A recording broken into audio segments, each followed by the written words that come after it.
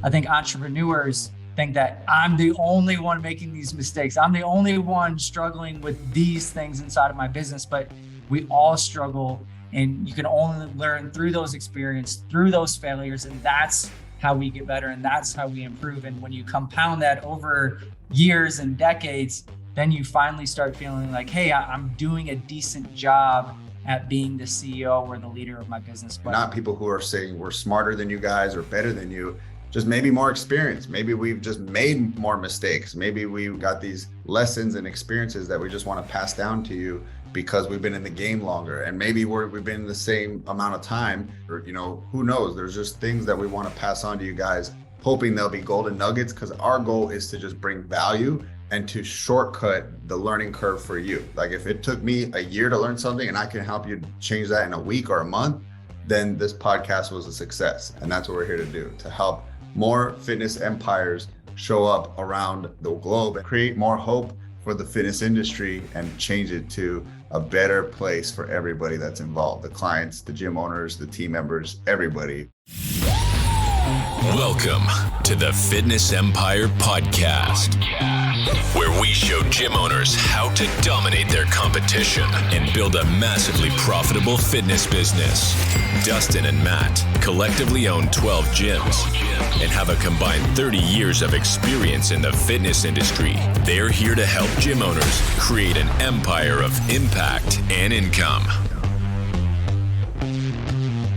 Hey guys, welcome to the first episode of the Empire Fitness Podcast, and I am super excited for this. This is something that I know is going to change a lot of lives, and the beauty is that I know I have some extra firepower by my side. So if you guys don't know me, I am your host, one of your hosts, I should say, your co-host, Dustin Bogle, and I am going to be helping you guys to grow your business, but I'm not going to be doing it alone. I'm going to be doing it with my co-host, and that is Matt Wilbur. And so I'm going to let him introduce himself here in a sec, but I want to share with you guys a little bit about us and our collective knowledge. And that is that we combined own 12 gyms. All right. So we're not a one-off gym owner that has just made one successful gym. We're both multi-location gym owners, and we've been doing it for years, and we're both completely removed from the day-to-day operation. So that's why we felt like we bring something unique and special to the table here.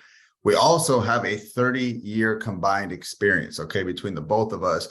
And so we're hoping that that is not here to impress you. We're here to share that with you because we want to help you to know that we have the in the trenches experience that you, our listeners, which we want to be really speaking to fellow gym owners, to just let you know that we are one of you. We're not speaking from theory. We haven't been removed from the fitness world for decades. We're actually in the trenches with you now and doing it in a big way. And we want to create this podcast to help you to grow into the empire that you probably have in your mind. We want to make that empire switch from being a dream to reality. So just to share with you guys our mission for this podcast, it's to help gym owners to create an empire of impact and income without being in the trenches. We want to transition you to being the CEO.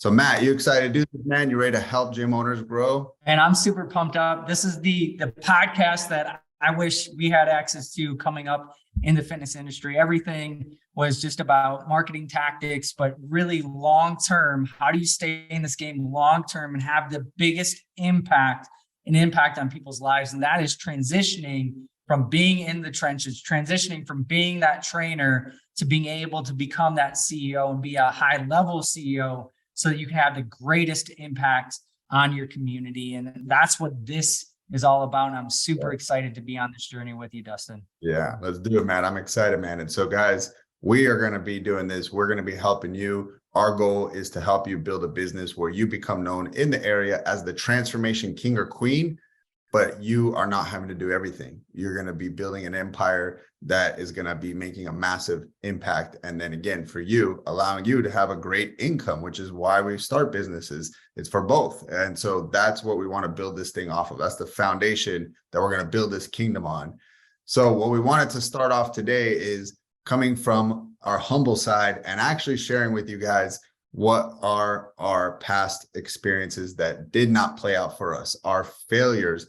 But I want to put this caveat in your guys' mind that a failure anytime is a learning lesson if you have that lens. If you look at it as that didn't work and you just throw in the towel, it is a failure. But if you just see it as I just learned what not to do, that got me closer to learn what to do, then it's a learning lesson. And so I know I have my fair share, and I know, Matt, you probably have as well. So we actually probably had the hardest time was distilling it down to only 5 each. And that's what we want to share with everybody today. So I guess before we dive into it, I wanted to ask Matt, when you were like coming up with your list, did you see like a theme in any one area of the business? Was there one that like a cluster of them came from one area, or was there like an even spread that it was in a lot of different areas? Well, everything relates back to people in some capacity. We are in the people business and working with people, and there is no blueprint to going from being in the trenches, being a coach, working with people, to then making that transition to leading and managing people. And for me, it's a lot more, it wasn't the leadership side of people, it's the management side of people. And how do we manage people on a day-to-day basis to be able to create the states that they need to be in to be able to deliver the product from our clients to our team.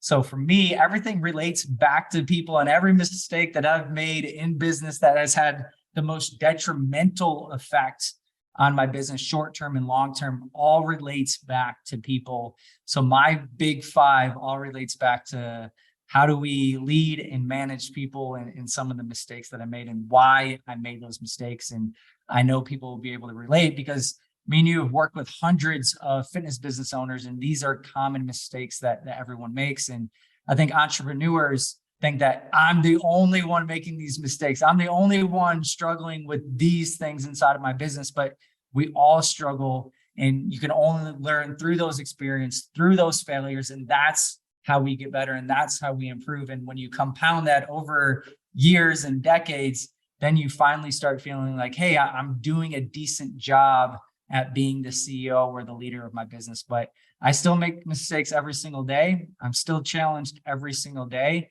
I'm just in a better mental mindset than I used to be, say, a decade ago when I started off on this journey. Love it. And yeah, so guys, again, me and Matt, we've known each other for a while now, over 10 years. And so it's one of those things that we've definitely swapped notes. We've had calls, we've had mentoring sessions, we've shared, what we're winning with and what we're failing with. And so basically this podcast is us just doing it live with you guys. Instead of me and Matt just hopping on a call and talking, we're going to talk, and you guys get to listen in and be a fly on the wall. And then hear who, again, not people who are saying we're smarter than you guys or better than you, just maybe more experience. Maybe we've just made more mistakes. Maybe we've, again, got these lessons and experiences that we just want to pass down to you because we've been in the game longer. And maybe we've been in the same amount of time, but maybe we've opened more gyms, or, who knows? There's just things that we want to pass on to you guys, hoping they'll be golden nuggets, because our goal is to just bring value and to shortcut the learning curve for you. Like if it took me a year to learn something and I can help you change that in a week or a month, then this podcast was a success, and we made impact, right?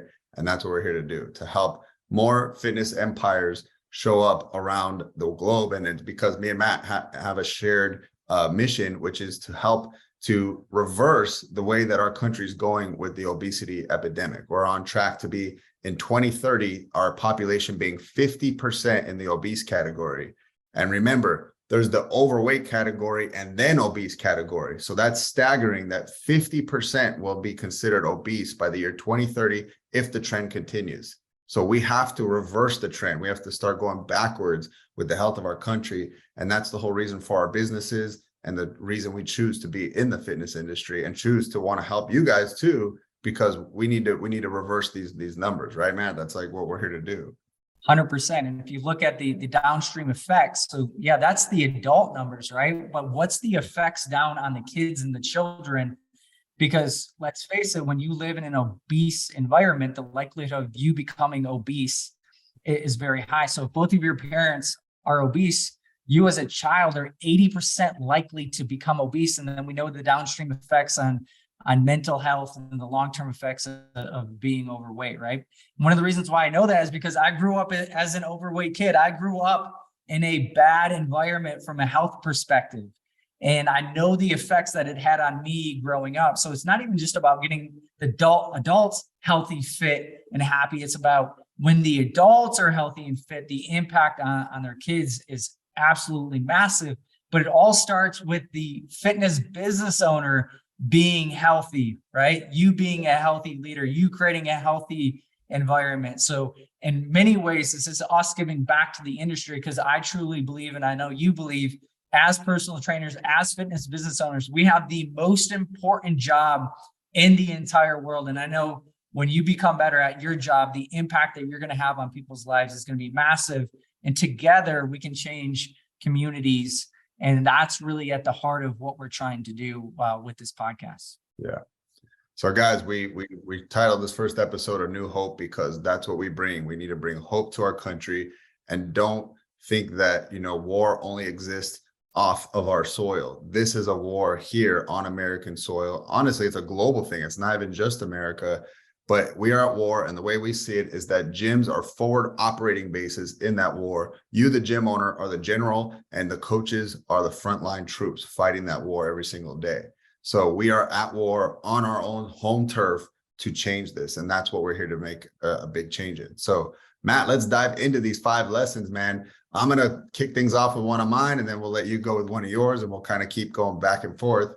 So the first one that I want to hit is because I think this is going to sting a lot of people, and it was a major wake-up call for me. Big theme that exists in our industry, and that is chasing more leads. All right. That is the number one thing. I think a lot of gym owners think if this one thing changes, everything changes for my business and I am better off for it. And, we're just going to grow to crazy high levels because we are going to just have so many leads. I won't need to worry about money. Money won't be a problem. Our sessions will be full. And here's what I've discovered is the truth, and the learning lesson from it is that there were times that I actually had really gotten good at marketing, and I was getting the leads and we were getting lots of people in, but I took my eye off of quality control on the sessions. And so what happened is I then burned my leads because I brought them through a crappy experience. And so they didn't get the check-in messages they should have. The coach wasn't initiating some conversation. They would kind of just BS and go check their phone, or go, reset the equipment, or go hide in an office and just completely avoid them. Things that, again, with multi-location gym owner problems, because if you're one and you're on site, you can spot it and address it. Well, what do you do when you got 3? What do you got to do when you got 5? You have to, amplify and duplicate leadership. And so, that's something we'll get into later on. But my first one is thinking more leads, more trials, more people through the door is what I need. But if your experience sucks, you're going to burn your goodwill with the market, and you're going to have all these people come through that now will be doing reverse word of mouth, telling people not to work with you, to stay away from that. I went there, it was no good. It was, it was nothing special.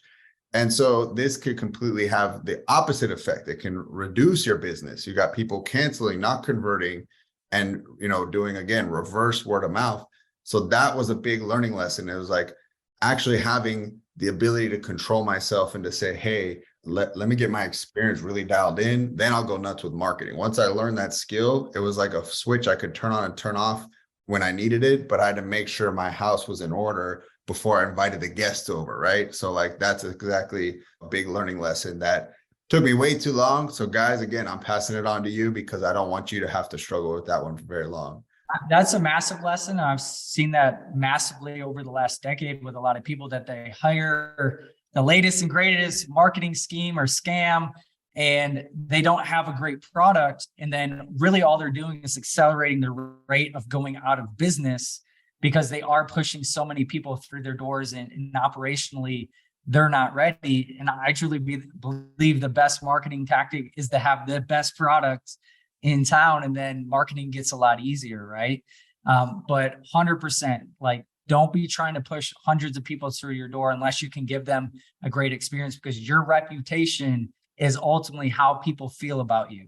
So keep that in mind with everything that you do.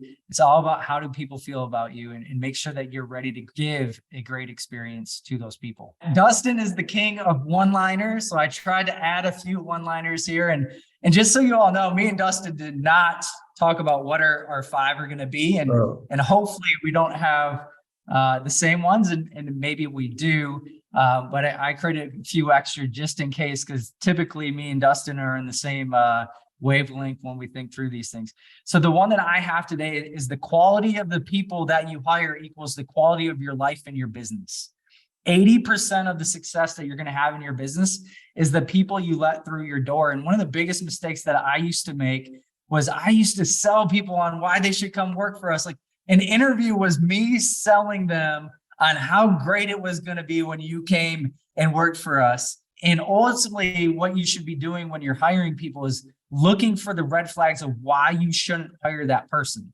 If you get any inkling, any gut feeling that this person might not be the right fit, you need to move on. No matter how much you need to get another coach, no matter how much pain you're currently in with not having that position filled, you need to make sure that you are pushing anybody away that could potentially be a liability. You are looking for the liabilities, because those liabilities will come to light and they will create a toxic culture inside of your organization, and you will regret the day that you hired that person. If you have to have conversations of trying to convince yourself to hire somebody, that needs to be the trigger of, this is not the right fit.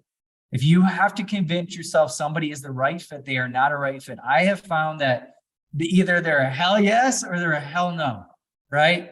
Like, do not go against your gut feeling. Every time I've gone against my gut feeling, or I go, this person's either going to be a home run or a hot mess, they've always been a hot mess. They have never been a home run. Yes. So listen to your gut.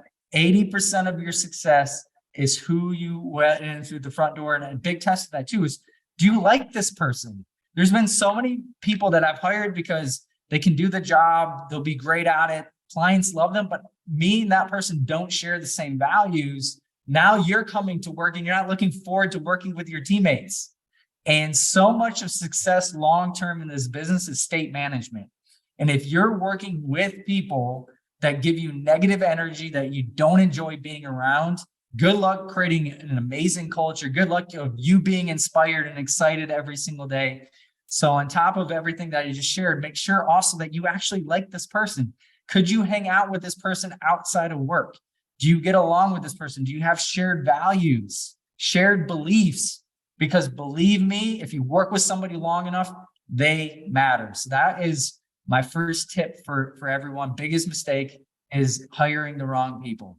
Huge. And I heard it recently that businesses don't have problems. The people in the business reflect the problems, right? And so essentially what that you're saying there is, like, the owner, you know, your energy, your happiness, your joy, like the way you show up trickles to your team, which trickles to your clients. So we got to protect you. You're like our A player. You're the all-star quarterback. So I love that you're giving people permission, because I think they also might feel guilty about putting themselves first. But then it's the same thing you tell your clients, like, hey, put yourself first. You know, the whole oxygen mask analogy. You know, business owners, gym owners, you guys got to put yourself first too, right? For that long term, because you're the one that's going to be here for the long haul. So, like, we got to take care of you. I like that. And we kind of stated this at the beginning, but in order to have a healthy business, you first must be healthy, right? You as the leader must be healthy. If you are dragging and you're not excited, you need to be the chief energy officer for your entire organization. Take care of yourself first. And when you take care of yourself, you take care of your state. It manifests across your business. I've had it both ways, where I've had some not so great teams. I've had it where employees have started getting toxic, and then it starts manifesting into my state and how I'm showing up. And then I've had the opposite, where, like, having the right people around you, people that you love going to work with, love, you know, going to battle with, because that's what you're doing.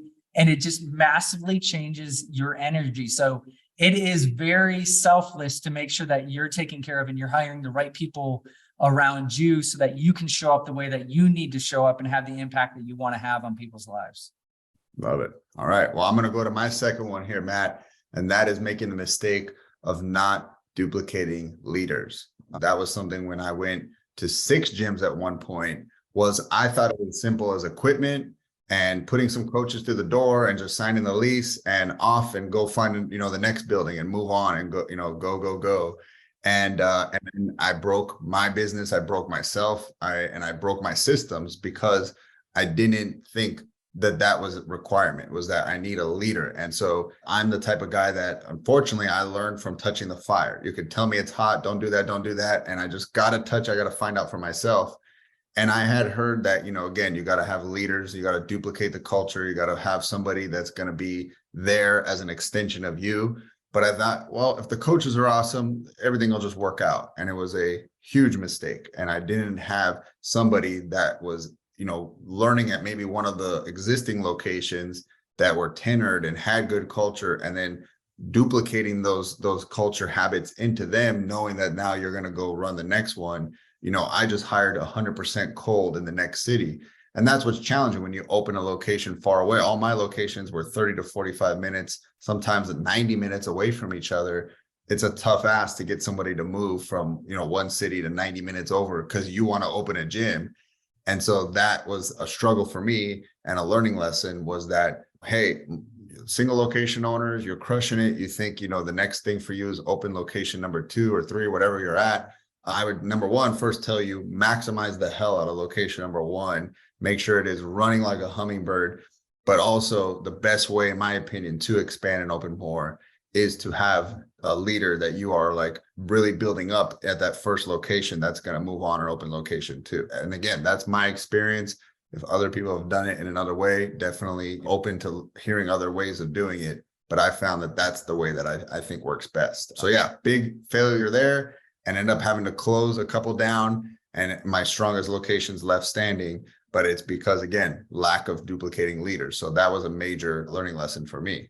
Have you experienced that at all, Matt? Is that something that you ever went through too? Yeah, yes, I inherently understood that really early on. When you think about scaling and growing, what you want to think about scaling and growing is culture, right? And this is something that I've taught from day one, and because I've just seen it. And one of the things that I like to learn from is the mistakes of other people. I think that's something that I've always done. And I was looking at how people were growing gyms, and I was like, okay, they try to grow a gym and they hire a manager, and then they're always, the second gym never was like the first gym. And then the third gym sure as heck was never like the second gym. And one of the things that I would caution all our listeners to is, just because you have a lot of gyms does not mean they are successful. It does not mean that they are profitable. It does not mean that they are giving a good experience. So don't get caught up in the number of gyms people have. Get caught up in the success of the gyms. Get caught up in the culture of those gyms, because that is the hardest thing to duplicate, because you're not just duplicating systems. Yeah, you can give a leader or a manager like, hey, this is how we do things, but it's also having the right person. So the only way to really grow culture is that person has to be inside of that culture, right? They have to experience, because culture is a feeling. It is not a core values on a piece of paper. It is not a vision statement. It is something that you have to feel and then live and then transfer to other people. How do you transfer something that you've never felt before? So all of my gyms have always grown internally, and I've always said we're trying to grow culture. Now, the biggest mistake, to your point, was not equipping people to be ready to be not a leader, but a manager. And this is the number one thing that I see is a lot of people are like, oh, I need leaders. I need leaders. I need leaders. Leadership is way easier than management. You need people that are good with managing people. And the key is they have to want to manage people, not that they want the title of leader. Do you truly want to manage people? Because what you're managing is their states. Do you want to do that on a daily basis? Because managing people and being a good manager is much different than being a good leader. And I've really found that where my locations have fallen off is elevating people that are not equipped or ready to manage people. They're great on the mats. They're great at expanding the culture and providing energy, and they're passionate about what we're doing, but they're not equipped and they're not good at managing people. And that's where things start to really get toxic and bad. And that's typically where me and my leadership team have to go in and step in, because they've been doing a bad job as managers of that location. And that is something that we're always working on. We do monthly leadership meetings with our management team and give them management training all the time. But that is the number one thing that I feel like most people aren't equipped to do, is to go in and manage people, especially if they've never done it before. Love it. All right, man. That's all very, very, very good stuff. And like you said, it is two different things, managing and leading, and you got to switch between the two. You got to know, what does this person need from me at this time? You got somebody who's in a good place, they're in a good state, they're doing a great job. You can lead them, but then sometimes you need some more accountability. You need to have tough talks. You need to correct somebody, and now you need to manage them, right? And so it's kind of like a continuum, and you're kind of reading on each person who needs what from me at this time and going in and doing those things. So I love that. And just so we're clear, like, I know what it takes to be a good manager, but I suck as a manager. I think I have massive skill traits as a visionary. Dustin, I know you're a visionary. And when we try to put ourselves in positions to be managers, like, we're not able to be consistent at the level that we need to be. And when you can't be consistent, you start losing trust, right? And when you start losing that trust, then you start losing the ability to lead people. Because at the foundation of being able to, lead people effectively or manage people, there has to be trust.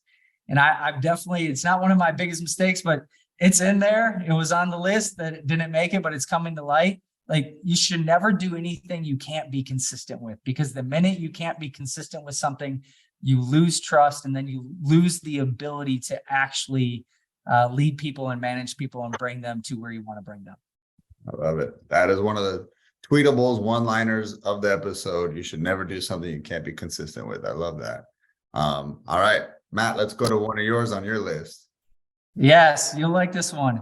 So short-term solutions equal long-term pain. Short-term pain equals long-term solutions. And really what that means for me is being able to make decisions based off what's right versus the optics of it, right? How are people going to feel? Being a people pleaser. So when we make decisions to temporarily make people happy, or try to make decisions that we think are going to go over the easiest, because we want to have no pain when we make a decision and we want everybody to be happy, we actually create long-term dysfunction inside of our organization. And that even goes back to the being consistent part, right? A lot of times we try to create these solutions that are going to instantly make things better, but maybe we can't be consistent with them, where they're actually a detriment to the long-term success of our business. But temporarily it raises money, temporarily it makes people happy, but long-term it's not the right decision. So really, when you make decisions, one of the biggest things for me is do it for the right reasons. Do it because it aligns with your beliefs and your values, not because you're trying to please other people, or if I just say it this way, then people will get on board. But guess what? People eventually find out the real reasons why you said what you said anyways, and eventually they will hold it against you, which is one of my later ones. So do things for the right reasons. Don't do it for optics. And for me, that is honestly one of the biggest definitions of, are you a great leader? Are you willing to do the hard things and suffer the temporary short-term pain in order to have the long-term gain? So that is my number 2. Okay. Well, I think my number 3 is going to be a spin-off of that. And that is that I made the mistake and learned from it. And that is changing things too often in my business. And I think, again, the way you say it is probably the reasoning behind it. If we just change our offer to this, guys, we'll make some more quick sales this month. And it's like, well, what do we do? What's the long term? What are we doing for the next 10 years? What are we doing? And what is the reason for this change? And the reason this is a failure is because it stressed my team out. I'm very quick, adaptable. I could change things today and I'd be fine with it. It wouldn't even bother me. You check my heart rate, it wouldn't even go up. But I had to learn about, different personality types, and where it was really eye-opening as I dug deeper into the DISC profile, and that, I rank a certain way and my teammates rank a different way. And one of them that, is very common on a team, and it's one of the highest types of people that is out there, is steadiness and conscientiousness, and like people who like sameness. Like I'm variety driven, and like there's so many people that are just like, I like when things are routine and the same, and there isn't all this changes. And so a big failure, but learning lesson for me was learning that what works for me doesn't work for the whole team, to kind of be open that there's other personality types and learning how to work with them so that you can be the best gelled team, and learning to stick with something long term, even if it's not going well. Maybe it's just for a period. Like, do you have just one slow week and then immediately you're hitting the panic button? We got to change the ad. It's like, can you not like last 1 week of it not going great to see it through and see if it might get better on the other side? But I think a lot of times we're responding to that quick pain and we're just slapping band-aids on these very surface level cuts, when you need to think like, what's the surgery that's going to help me live longer? What's the long-term thing that's going to help me stay afloat for years to come? Not how am I going to get to this next week or month? But it's challenging because I know, again, for a lot of gym owners, if they're financially in a tough spot, they think they got to move quick and that's going to be what's going to get them to their next month. But it's about backing up and, did you put some strategy thinking into it? Or did you just copy what somebody else did? And, that's how your strategy is just flying by the seat of your pants. So the big learning lesson was like, I had to get better at strategy to the point where even now I have the whole year of our marketing plan planned already. Like, because number one, just repetition, my 11th year as a gym owner, I know what's worked and what's not worked. And I could sit down, I could plan it out. I know the pricing, the dates, the details, everything. But when I was flying by the seat of my pants, changing it week by week, month by month, it stressed out the team. It probably stressed me out a little bit, but that's a huge failure that I look back at and say, man, I know I've really ran some people into the ground and caused them to have a stressed out life because of that. So that's a big one for me. What about for you, Matt? Honestly, that's massive. I'm in the same boat as you. So if we look at personality types, we use DISC. I'm a D. 3% of the population is a D. There's only 16% of the population that's actually an entrepreneur, runs a business, right? So we're all wired way different than somebody that wants to be an employee, and starting to really understand the dynamics of your team and the complexity of this gets so every location you add adds complexity to what Dustin was just saying. It's one thing when you're a single location owner and you can make up for a lot of stuff and you can take on a lot of the workload to make up for those quick changes. But the minute you start going to multiple locations, the slower that you need to move and the more you need to be strategic about how you communicate change and really making sure. So there's we're going to do a podcast on talking about how to communicate change, because change is, I think, biggest in the fitness industry with everything going on, and the impact of change. For example, if a team member were to leave, that's massive change inside of your organization, massive change in how that affects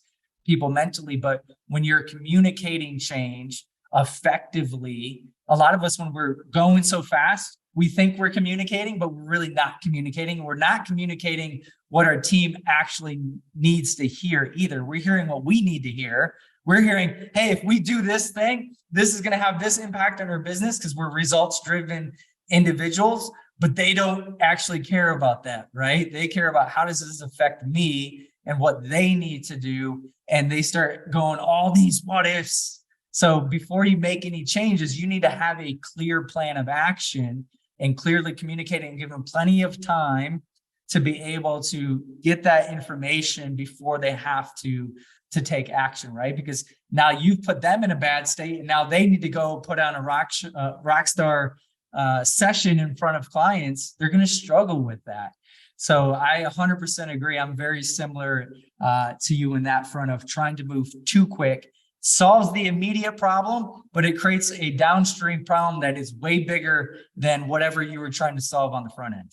Yeah. And as you know, a guy that also ranks high D, we're very what driven, like what we're changing the ad, we're changing the client experience, we're changing the programming, whatever, like this is what we're doing, when the rest of the population thinks how and why.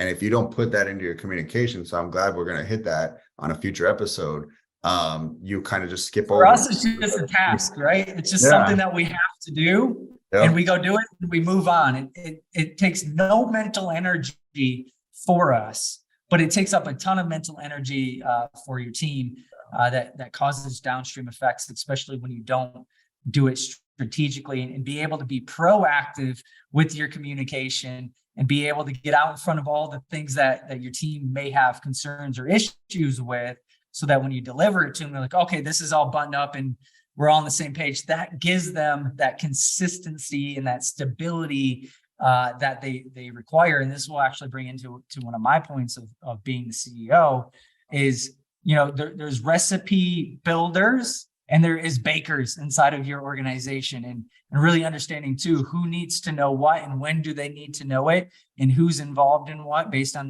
their personality types has been a big learning lesson. I think moving on to number 3 for me is not addressing problems soon enough. You could tie it back into number 2, but this has just been something that has had a big impact in my life. And also I see it every day working with fitness entrepreneurs and just leadership in general is when there is an issue, address it immediately. When there is a friction point in your business, address it immediately. And don't just send out an email or a text. I'm the king of not wanting to talk to you. I'm the king of I just want to send out the email or the text. But the problem is a lot of that can get lost in translation, right? Being able to get on the phone, get in person, belly to belly, or get on a Zoom as quick as humanly possible, I think is really, really important because, again, when we look at personality types, if I personally just give you a directive, I don't mean anything by it, but they could see it as rude, they could see it as mean, they could see it as inconsiderate, right? So 69% of the population is what is considered an S. And one of the biggest pet peeves for them is when they feel like people are being inconsiderate, insensitive, right? And guess what I come across as? Inconsiderate and not sensitive whatsoever. So, and then that can be perceived that in email, that can be perceived in a text versus in person.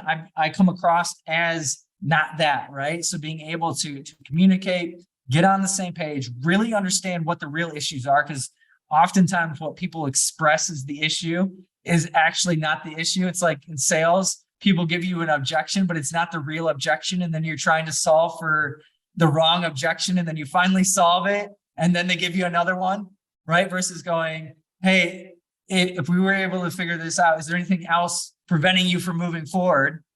Now they can't. So can we get to the real reason why somebody's upset or having an issue or what the real problem is? And the only way to do that is to ask questions, listen, dig in deeper for the real reason, and then you can actually solve the real problem and be able to move on. So stuff that I could solve in a 10-minute phone call would take 2 to 3 weeks of back and forth via email and text because I was just too big of a wuss or was too busy. If you guys are watching, not watching this on YouTube, I'm using quotation marks, too busy to do, because that's the excuse. I'm too busy to get on the phone. I'm too busy to get a meeting with somebody. I'm too busy to hop on a Zoom. But again, that temporary pain for long-term gain, because when you don't address issues immediately, they come into big problems, big issues, and you're going to wish you took the 10, 15, 20 minutes to solve it the right way and get it over with.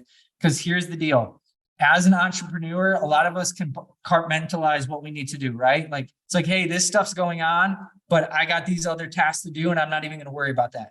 But for them, it's the most important thing in their entire life, and they're thinking about it all day long. And that is the last thing that you want them to be doing when they hold the keys to your entire business. So solve those problems as quick as humanly possible. Get on the phone, belly to belly, Zoom, as soon as it happens. And I promise you, your life is going to be way better. You're going to have way happier teammates that provide a way better product to your clients, and you're going to have a better business. Love it. Love it. Yes, that's a huge one. Again, I know a lot of people are afraid of being indirect, but there's even a story in my book where I was talking to a gym owner who had more of a big box gym and people weren't re-racking the plates. So how did he try to solve it? He put a sign by the barbell rack saying, remember to re-rack your plates. And they didn't do it. And then he gets on the megaphone on the, speaker system. Hey, members, please, put your plates up. And then they still didn't. And then he sends an email blast to all the members. Hey guys, when you're in the, rack, make sure to rack your plates. And so I chuckled and I finally said, did you ever go and try to talk to the people directly? And he's like, oh no, that's not, me. And I had a coaching session with him, basically told him like, this is the only way it's going to get fixed. And, it's a great story because whether it's a headache client or it's a team member not doing things, or there's a tiff between team members, it will not go away until you fix it. So how long do you want it to exist is completely in your hands. And so I love that message, Matt. And that's and addressing, to your point too, it's like addressing the people that are actually the problem. I've seen it. I've done it multiple times too, is a lot of us can be more, have more candor in a group environment than we do one-on-one. So we address everybody, but the problem is that the person that's actually the problem doesn't realize you're talking about them. Yes. And you're like, I'm communicating and they're not listening, right? Versus if there's probably 5% of the people that were not re-racking the rates, if they were to just go to that 5% of people not putting their weights away, the problem would have been solved, because the 95% that were listening, right? They were doing what they were supposed to be doing. It was the 5% because they're not hearing your communication, because they don't think it's a problem. They don't think it's an issue, or they're clearly not talking about me. And they are talking about you, right? So being able to address that person too that you're having an issue with, I think is massively important. That's the difference between direct and indirect coaching. Indirect is, hey guys, and direct is, I need to talk to you one-on-one. So yeah, I think that's huge. All right, we're going to go to number 4 for me. Also a people problem, which is our running theme, and that is promoting people because of seniority, or maybe got along with them really well. And so you're crossing that off. That was on yours too. Okay.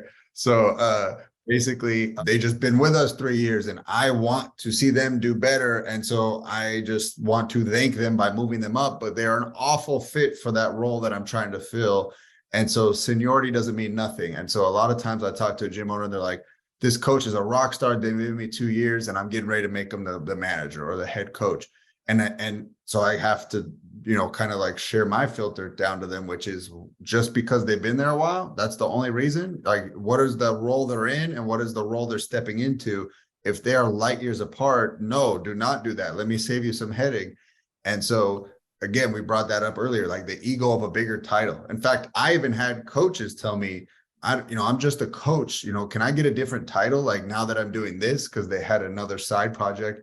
I was like, no, we don't do ego titles like that. It's a project that's going to get completed and then go away. Like we're not making a whole new title for it. So that's a mistake that I had. So don't promote because you're friends with them. Don't promote because they've been on the team a long time. Promote because they're the right fit for the role. And that should force you to get ultra clear on what is the role requiring of them. And then completely cold interview them. They're a cold person that walked in. They should go through an interview process. They should be vetted, and it should not just be you to make the final call as well. You need to have other eyes and other perspectives. So that's my 4th one for you, Matt. Looks like you have similarities. Yeah, so I'm writing down notes so I don't interrupt you, because I'm the king of interrupting. In EOS, which we both run in EOS, they talk about the people analyzer and really making sure you're getting the right people in the right seats. So right people, do they live your core values? But the right seats, something called get it, want it, and have the capacity to do it. So capacity is the innate in them, that they just get it. Like they're born that they could do this type of position. And then the want is, one, do they want it, but do they want it for the right reasons? Right? When we first started, I talked about the difference between leaders and managers. A lot of people want that title, but do you want to manage people? Do you want the obligations that are required to be a leader and be a manager, not just the status? Human beings make decision off status. Does this elevate me with my peer group? It sounds really good to go tell your friends that I'm the manager, I'm the head this or the head that, or whatever title that you want. But ultimately, if you're putting people in those positions and they don't get it, they don't want it, and they don't have the capacity to actually do what you're asking them to do, you are setting them up for failure. And eventually, they're not going to be doing a good job. Eventually, they're going to be in a negative state, right? And you're going to have people issues and people problems inside of your organization. And you're going to be frustrated. They're going to be frustrated.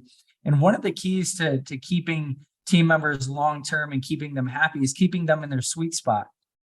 Their sweet spot might be a coach. There might not be another position for them, but if you take them out of their sweet spot just to promote them and make them happy, and again, temporarily make that person happy, you're going to have long-term issues inside of your business. So make sure that you're elevating people for the right reasons. Right now, we're making a lot of transitions inside of our gyms, and we had to have that conversation with our team. as a leadership team, we have the duty and the obligation to get the right people in the right seats on the bus. And it doesn't matter how long you've been here. If you are not the right person in the right seat, you will not be promoted to that position. And it is our job, and you guys want us to be doing that, because if we do a bad job with this, then we're going to have downstream effects that are going to massively affect our clients and massively affect every single person on this team. So again, going back to doing things for the right reason, put people in the right seats on the bus for the right reasons. And even though temporarily it might make people upset, long-term, it's what's right for the business long-term. And your job as the CEO of your business is to do what's right by your business. And back to, your previous learning lesson, which is being direct. I do think if you choose that this person's not a good fit, you should be direct and explain it to them and just say that, here's why, and here's what the job entails. And I didn't see those strengths. And so that's why I want to be completely open and honest. Because otherwise, again, they might have resentment, they might be upset. There was no explanation. You just got this other person into what I thought I was going to be getting. And so again, that's a part of being direct. And it's the tough part of being a business owner, right? You got to have those tough talks, whether they're corrective or even just explanations and clarifying. They're both going to be tough. And that starts with you being clear on what's the roles and responsibilities for that person, right? Yes. A lot of people just go, I need a manager, and they don't go, okay, what are the roles and responsibility of this manager going to be? And then does this person want to have the capacity to do those roles and responsibilities, not do the title? Yes. All right. What's another one on your list? All right. This one's hard to admit, but I think a lot of people make this mistake. Whatever is set in the dark will eventually see the light. Whatever is set in the dark will eventually see the light. And Bedros, one of our mentors, he said, eventually everybody goes lame. And at first I'm like, man, that's a little rough. That's a little, that doesn't hit right with me, but it's true. People are loyal until they're not loyal. So there was often times in my business where I would have conversations and I might talk about other team members, or I might talk about different issues. And, ultimately it's a private conversation. And then that person either leaves or eventually things go wrong and you have to fire them. And then, dear God, everything that you've said in the dark will come to light. Patrick Bet-David, who's an awesome leader. I think he's got an awesome podcast. He has a book called Your Next 5 Moves. And one of the things that he said, because he made this mistake too, was whenever you are talking about another teammate to another teammate, make it positive, because that will eventually make the light, right? You want whatever's making the light to be positive. So in the past, I used to be very open and candid. So the feedback that I get from people is they love that I'm so open and candid and direct until it's not okay.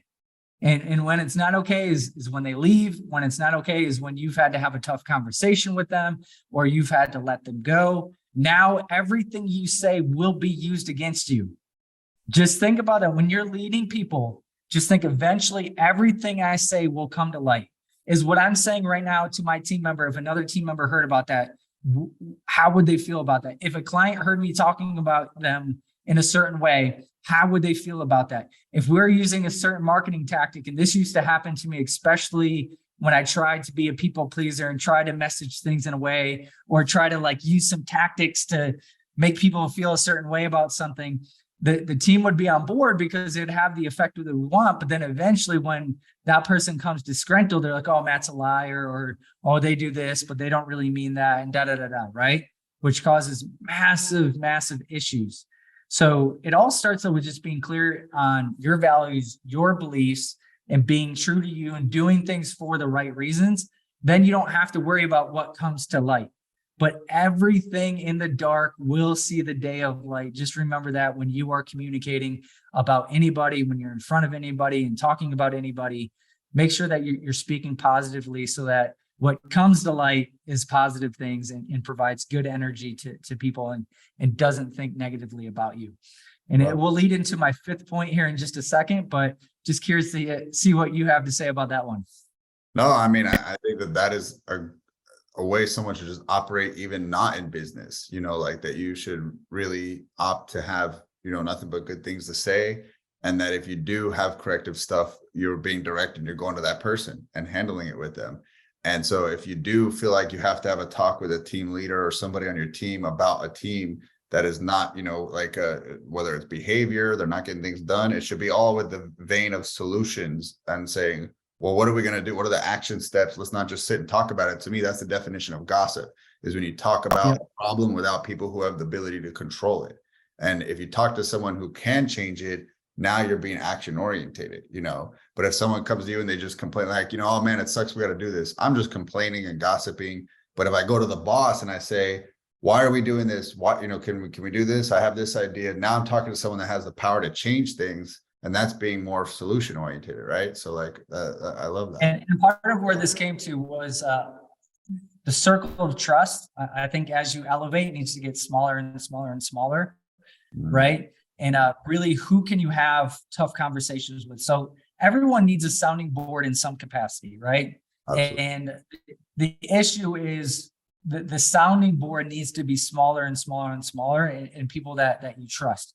So my sounding board used to be my entire leadership team. It used to be the location managers. I would talk to some of them about different issues and problems going on. And again, it was fine until it wasn't fine, right? And what I've learned is my circle of trust is now it's my wife and my brother. I can tell them anything. I can complain about anything. And it's never going to be used against me in any capacity. Now, what I have learned is if I have an issue with anybody on my leadership team or some things are frustrating me, I talk to my integrator, and then they're able to help manage that. And then vice versa, if we're having issues with facility managers, then I'm open to talking about it with my leadership team, and vice versa. If there's an issue with a team member, I think it's okay to, obviously you need to inform the facility manager what's going on so that they can handle it. But just realizing that the line of communication and who you're talking about a problem with and about, I think is massively important. But you as the CEO, like who you can say negativity to becomes less and less and less and less, unless you want to be able to, it can create cancer inside of your organization very, very quickly when you say the wrong thing to the wrong person. So just be very careful to know the impact of your words, eventually see the light. And really, if you're being strategic, make sure that the words that are coming to light are, hey, whenever I'm about Matt, he's talking positively about every single teammate and talking positively about clients and talking positive about things that are going on, so that really your team starts to define who you are as a leader. The people below you start to define who you are as a leader. And I think we need to really realize that impact. Love it. All right. Well, I'm going to go to my fifth, and that is not knowing the value of searching. And so what I mean by that is we all know on the screen that loading, kind of thing. That's like, when's it going to load? When's it going to load? And me being a fast decision maker, quick action taker, I think that there's been moments where I was quick to make a decision just to get it off my plate. Like, there's, like, what are we doing? Let's just do this. Let's just do that. And like, what should I do about this situation? Let's do that. I think there's value in waiting and searching for the answer. And so it's a tough call, because you have to build those instincts of what is a problem that I can make a quick decision, and when do I need to say, no, I just simply need time. And you don't know. Here's the hard part, is like, you don't know how much time it'll take. It could be a day, it could be a week, it could be a month, it could be a year until you find the answer. But I used to pressure myself that, speed is king. We got to go quick. We got to, what are we deciding here?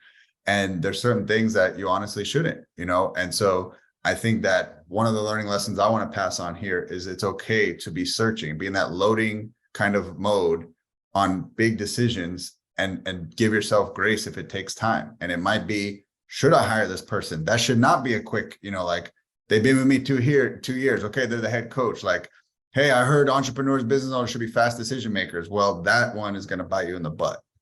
Let the searching and the loading kind of be there for a month, however long you need, 2 months. Make sure it's the right one. And then, you're going to really see better residual effects come from it.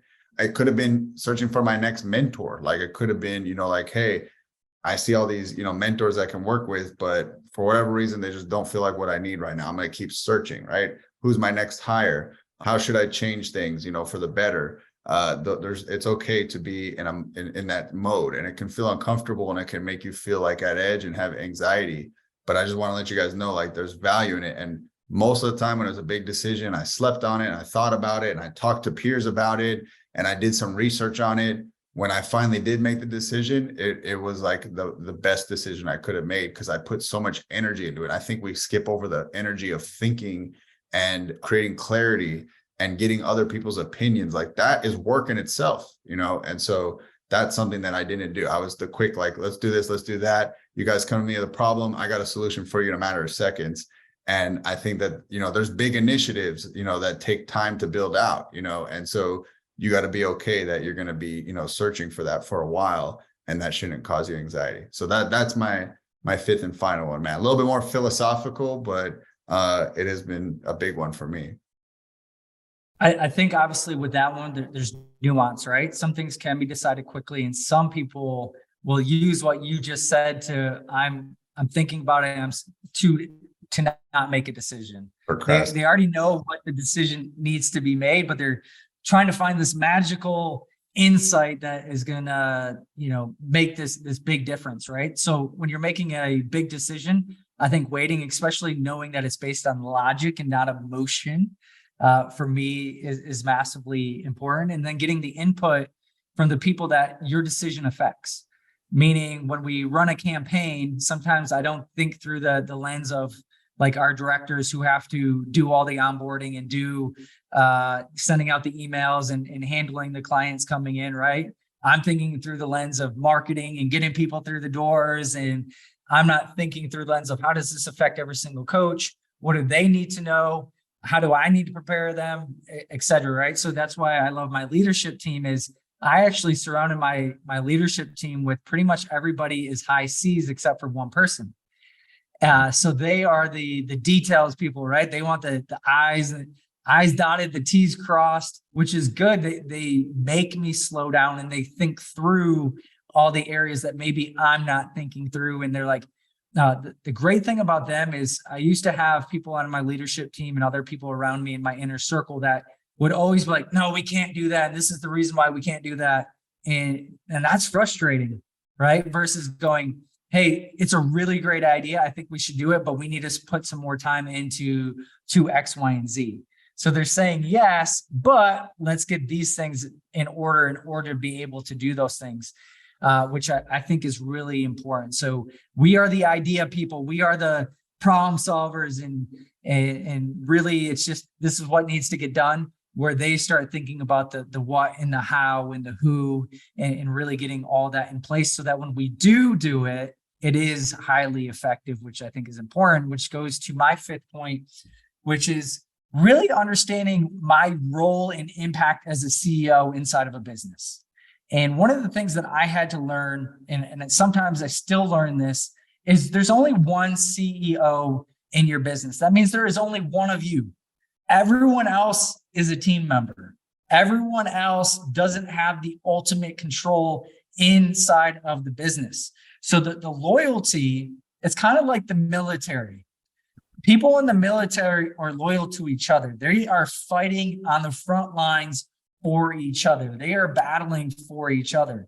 They're not necessarily battling for the United States of America. Like, there's been many interviews and studies on this of people. It's like, why are you willing to take a bullet, right? They're like, I'm willing to take a bullet for my brother or my sister. Like, the people on the front lines. And it's the same thing. So really understanding my effect on it as a CEO to our team members, realizing that they don't feel like I am one of them. No matter how hard you try from a relationship standpoint, you are the boss. You are the one, providing the directive. So I've learned that how things and what gets messaged to the team is really important, and who's messaging it to the team. And I came to a realization one time. We were in a meeting, and the team always gets upset if I come up with anything last minute. If I come up and I dump anything last minute on them, it is a downstream effect that lasts multiple weeks. But I found that if a team member, I delegate a lot of initiatives to team members. And that means that they're the ones saying, team, we need to do X, Y, and Z. And I found when they would come to a meeting and they would be like, guys, we missed this and we need to do this and we need it tomorrow. The team would be like, okay, we got to get this done tomorrow. And I'm like, if I did that, my goodness, my inbox would be full with complaints and issues and hearing about it well after the fact, because it's me. I'm the CEO of the business. So I found that a lot of the messaging comes way better when it comes from other team members, and it comes from a different place. It feels more like we versus Matt is telling us what to do, which I found fascinating. Then I also found that I shouldn't be in every single meeting. I should only be in meetings with my leadership team. So what was happening was I was running the meetings for our location leaders. And in those meetings, we would discuss different initiatives that were happening, and we'd try to get their feedback, and we would try to bake the recipe with the facility leaders. And all that ended up doing was causing confusion. It caused chaos in their mind. It felt like things weren't, baked.